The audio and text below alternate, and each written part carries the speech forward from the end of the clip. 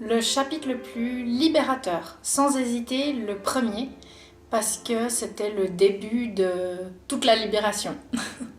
Il faut bien commencer quelque part et la libération a commencé ici, avec celui-ci. Le chapitre le plus marquant, le 7, tout simplement pour sa dernière phrase « Ouvre la bouche, petite fille, crie plus fort que le vacarme de ta honte ». Le chapitre le plus important, le 10e, parce qu'il se réfère directement au titre, ou le titre se réfère directement à lui. Le chapitre le moins assumé, le 14, parce que c'est un événement dont j'ai assez honte, que j'ai essayé un peu de prendre du point de vue de l'ironie pour dédramatiser la chose, mais honnêtement, ça reste un événement dont je ne suis pas très fière et qui ne me fait pas beaucoup rire après toutes ces années. Le chapitre le plus positif, le 19, parce qu'il évoque directement l'une des personnes à qui j'ai dédié le premier rôle. C'est un chapitre comme hors du temps, parce que c'était vraiment une parenthèse très douce, très enfantine, très innocente. J'adore.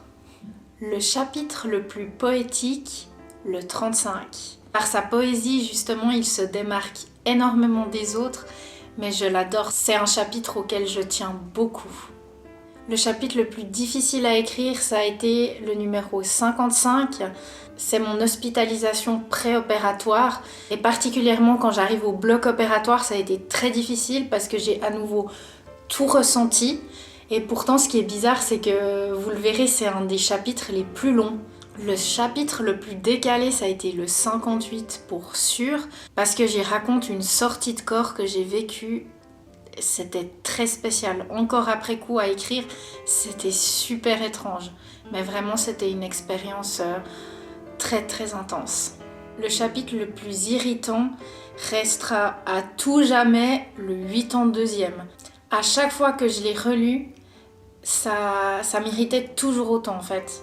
Vraiment, c'est quelque chose où j'ai l'impression de ne pas avoir été respectée, de ne pas avoir été écoutée. Et c'était un moment de ma vie où vraiment j'en pouvais tout simplement plus de vivre ça à ce moment-là avec le corps médical. Et donc, ouais, c'était vraiment la fois de trop. Et c'est une irritation, voilà, là rien que d'en reparler, ça remonte. Le chapitre le plus délicat est le 86e. En fait, je n'y parle pas directement de moi, mais de deux personnes très chères à mon cœur, en fait, où dans une partie de leur histoire a fait très écho à la mienne. Et donc, ça a été extrêmement difficile parce que dans ce chapitre, je ne voulais pas raconter l'histoire de ces personnes-là. Je ne voulais pas trop en dire, mais à la fois, je voulais quand même raconter ce que j'avais vécu en témoignant de leurs problèmes.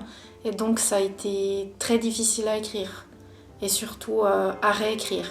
Le chapitre le plus porteur d'espoir, c'est le dernier, parce qu'il est chargé de toute la libération qu'a été d'écrire premier rôle. Dans ce chapitre-là, je m'adresse en fait à mon passé pour lui dire t'inquiète pas, la libération, elle va arriver, elle va venir. Et donc, c'est vraiment un message d'espoir, tout simplement. Vous pouvez d'ores et déjà précommander Premier Rôle via mon site internet qui se trouve dans la barre d'infos. Et on se retrouve ce printemps 2022 quand Premier Rôle paraîtra. J'ai très hâte. Merci. À bientôt.